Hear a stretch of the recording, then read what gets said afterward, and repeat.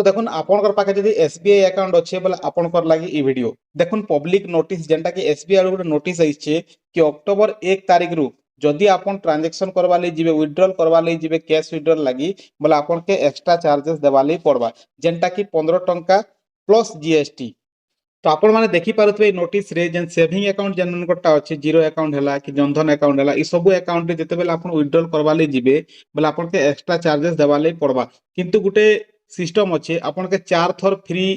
Transaction दिया जाइए 4 थर आपन काढले बोले मास के 4 थर आपन फ्री रे काढी पारबे तापर नेक्स्ट जदि 5 नंबर थर काढवा लई चेष्टा करबे किबा काढवा लई जिवे बोले आपन कोन 15 टंका प्लस जीएसटी चार्ज निया जिबा जीएसटी चार्ज लागबा। तो तारपर आर गोटे जिनिस देखुन जदि आपन फोन पे गूगल पे किबा नेट बैंकिंग कोनोसी यूपीआई ट्रांजैक्शन करूछन बोले से जगह रे आपन के चार्जेस देवा लई नै पड़े सेरा फ्री ऑफ कॉस्ट जेंता चालुतला सेंता ही चलबा किंतु जदि आपन विथड्रॉल करूछन बोले मास के 4 थर न फ्री रे आपन काढी पारबे तारपरे आपन के पैसा देबार लई पड़बा।